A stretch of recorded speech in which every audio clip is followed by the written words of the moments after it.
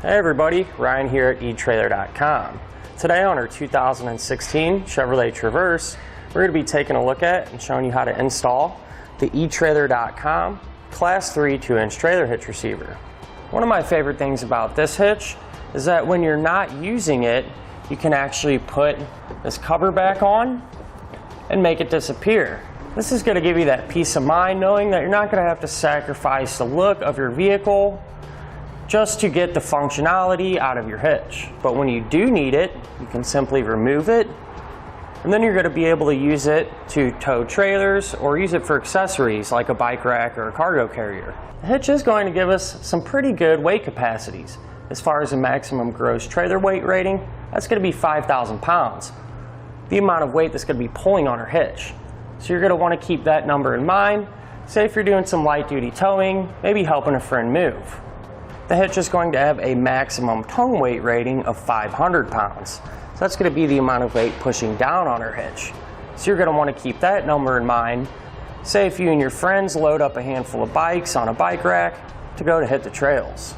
Now the hitch can be used with the weight distribution system, and that system allows the hitch to maximize its full potential.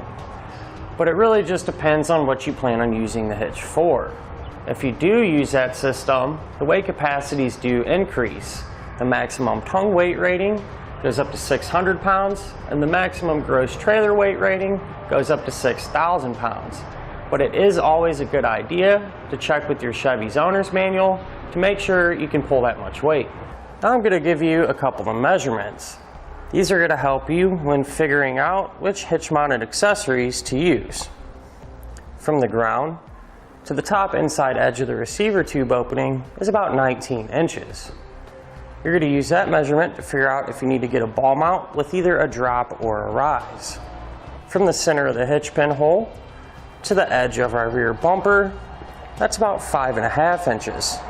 You're going to use that measurement to figure out if any of your folding accessories you might have can be stored in the upright position without making contact with the bumper. Now, some of our customers said during the installation they had some issues with the attachment points being rusty. Well, during our installation video, I'll show you a trick to help you out with that if that happens to be your case. They also said that they really like how the hitch comes with everything needed to get the job completely done.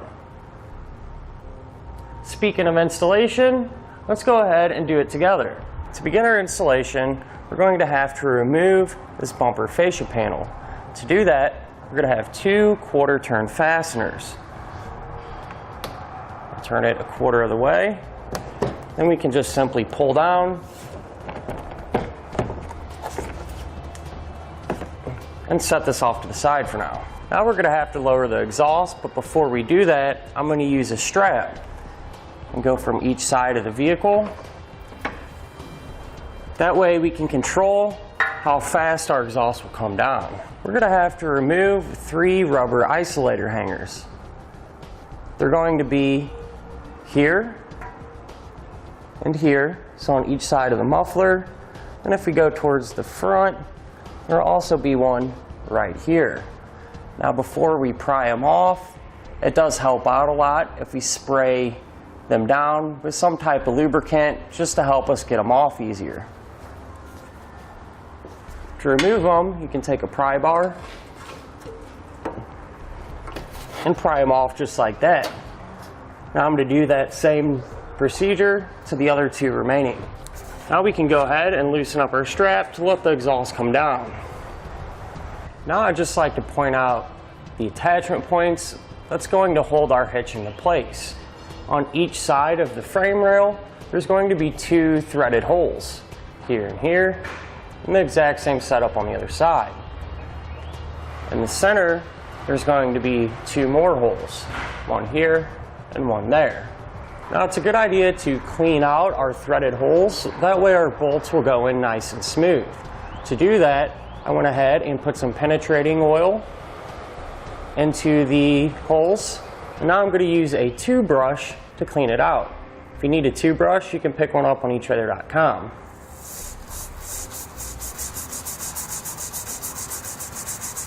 Now after you've cleaned out all the holes, it's a good idea to take one of the bolts that come included with the hitch and thread it in. It should go in nice and easy by hand. If it doesn't, what you're going to want to do is keep cleaning the threads out until that bolt does go in smooth. Now we can put our hardware in for these two holes. To do that, we're going to use the fish wire technique. So what we're going to do is take the coiled end of our fish wire and put it through this hole. And we're going to push it all the way to the end of the bumper tube on the side to put it on our hardware. We're not going to come through this small square opening. We'll push it all the way to the side, and it'll come out right here. Now once you have it out, you're going to take a spacer block and put that over the fish wire. Then we're going to take a carriage bolt and thread that in to the coiled end of the fish wire. Now we're going to feed this hardware up into the bumper tube.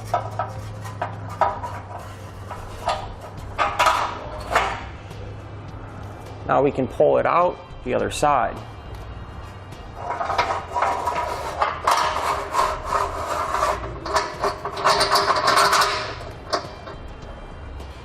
Now with an extra set of hands, we can put our hitch into place. We'll put our fish wires through the corresponding holes in the hitch. Lift it up and over the exhaust.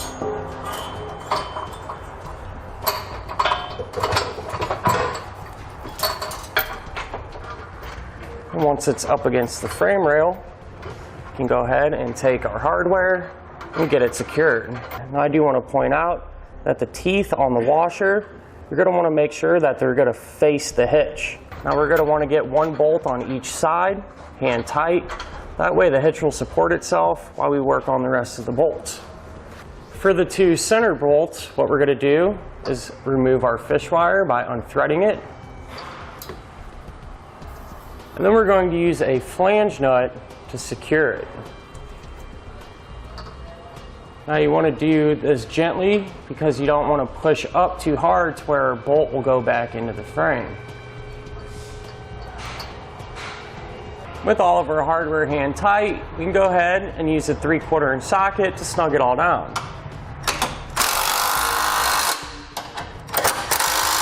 You can now use a torque wrench to torque it all down. You can find the torque specification in your instructions.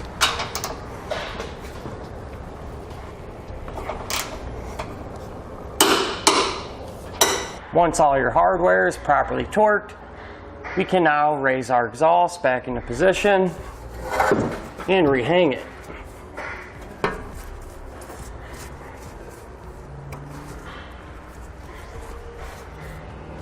Since our exhaust is now supported on its own, we can remove our safety strap. And that'll do it for our look at an installation of the etrailer.Com trailer hitch receiver on our 2016 Chevrolet Traverse.